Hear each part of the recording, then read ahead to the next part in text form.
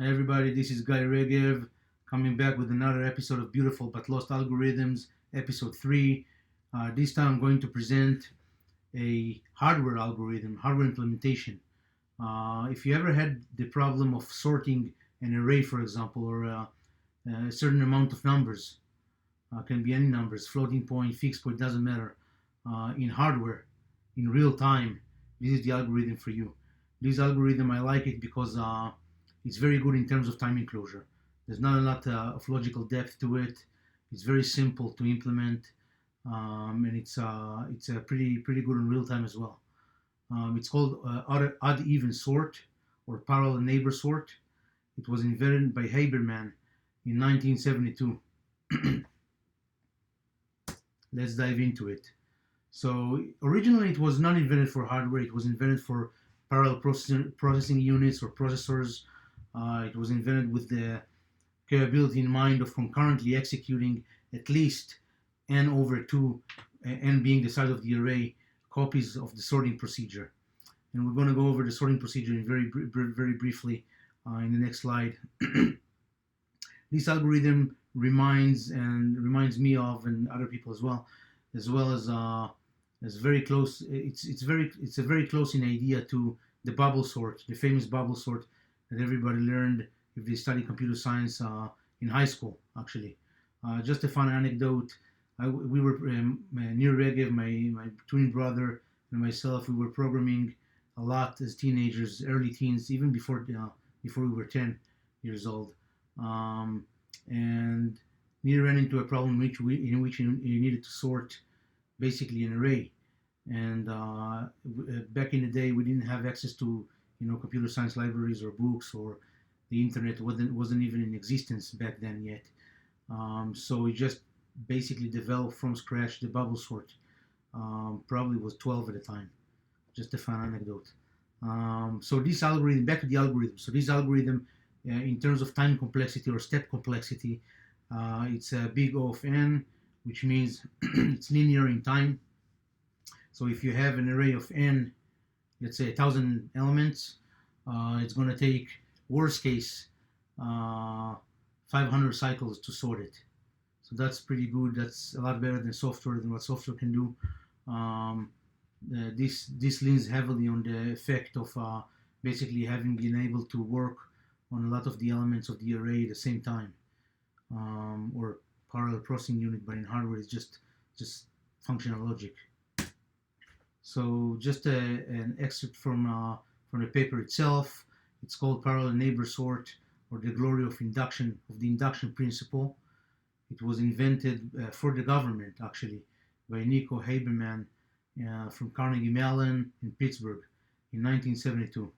So basically he defines here a procedure. He calls it NS. And basically it's very simple. The procedure says the following. It's called odd even sort for a reason.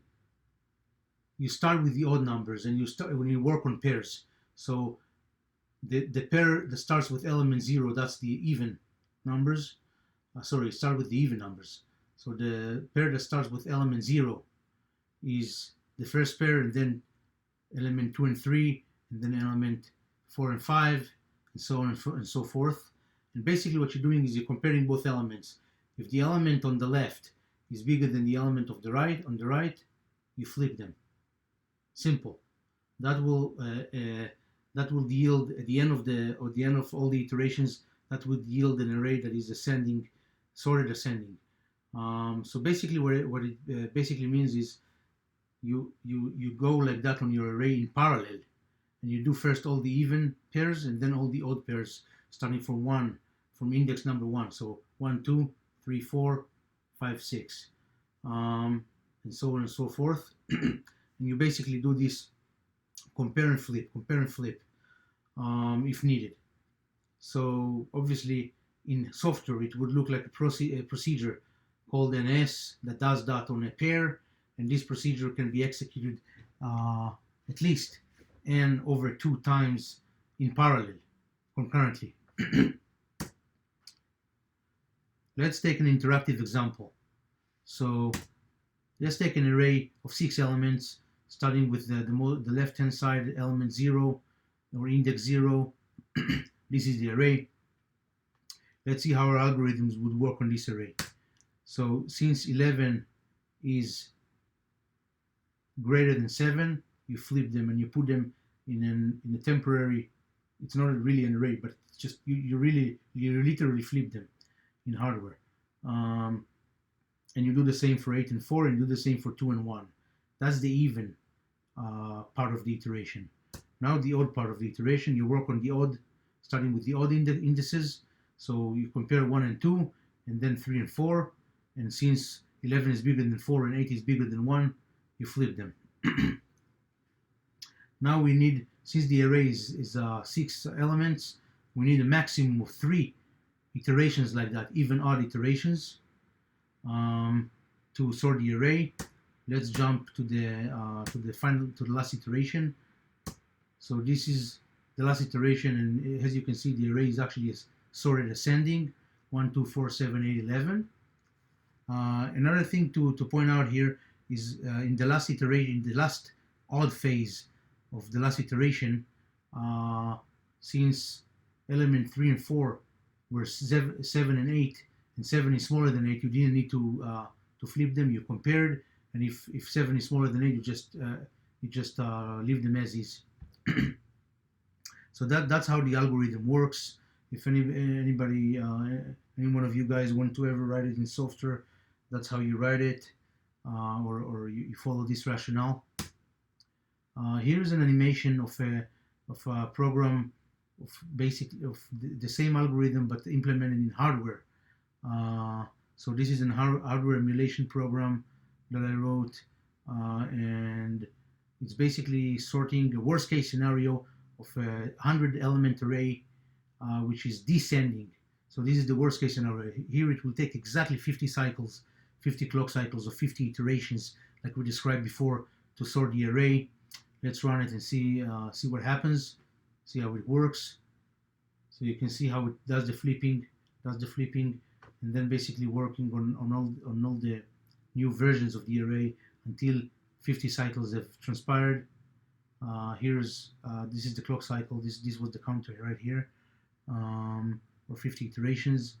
And after 50 iterations, the array is sorted. So element 0 is actually 0, and element 100 is actually 100. Here is a hardware implementation of this algorithm. So it's very, very simple to implement in hardware. So you basically load this is a register, this is a clocked register. You load it with an initial value, and then you tell the machine to go. So basically what the machine is doing is, there's a smart comparator here, which basically does the following function. If this element is bigger than this element, flip them. Output 01 will become this element, and output 02 will become this element. If it's not, then leave this output for 01, this input for 01, and this input for 02. This is the even part. Then this is the odd part of the algorithm, which is basically the same thing. You have the new, basically temporary array right here on the outputs of these comparators, and you input it into another line of comparators, this time that are working on pairs that are odd, and basically the output of this will be an array that went through one of these full iterations, even odd iterations, and then you feed it back to the mux, you sample it in the next clock cycle, and repeat for n over 2 clock cycles. And after n over 2 clock cycles here in this register, you will have the sorted array, ascending sorted array. Something to note here, even though I wrote fixed point absolute values, it doesn't have to be absolute values. It doesn't have to be fixed point. It can be floating point. It can be any values, any value representation that you want, as long as you implement your comparator accordingly. Just as reference, as I said before, it was invented by Nico Haberman from Carnegie Mellon. It's called parallel neighbor sort. If you ever want to search, look it up online. and it was invented for the government, for the U.S. government, in 1972. Um, I like this algorithm. I used it before more than once in hardware implementation. It's very, very efficient in terms of timing closure. As you can see before in the previous slide, there's only 2 stages of comparators here, um, which is not a hassle to close timing on. It's very, very easy to implement, to write in hardware, in System Verilog or Verilog or VHDL, whatever is your language of choice is. It's very easy to pipeline. As you can see, between the 2 comparators, you can actually stick a pipeline stage very easily. And instead of sorting the array in n over 2 cycles, you're gonna have the sorted result after n cycles, which is not a big difference. The drawback is that it's probably more suitable for smaller sized arrays, let's say below a few thousand elements. It's probably very, very probable that you're going to use this algorithm rather than another algorithm that is harder to implement, harder to verify, and harder to close timing on. So this is it basically. Let me know in your comments what you think, and if you like this episode, if you want more episodes like it. This is the first episode we do on hardware implementation, hardware design. And my contact details, if you want to contact me for questions about this episode or any other hardware related questions, this is my email. Feel free to email me. All right, until next episode.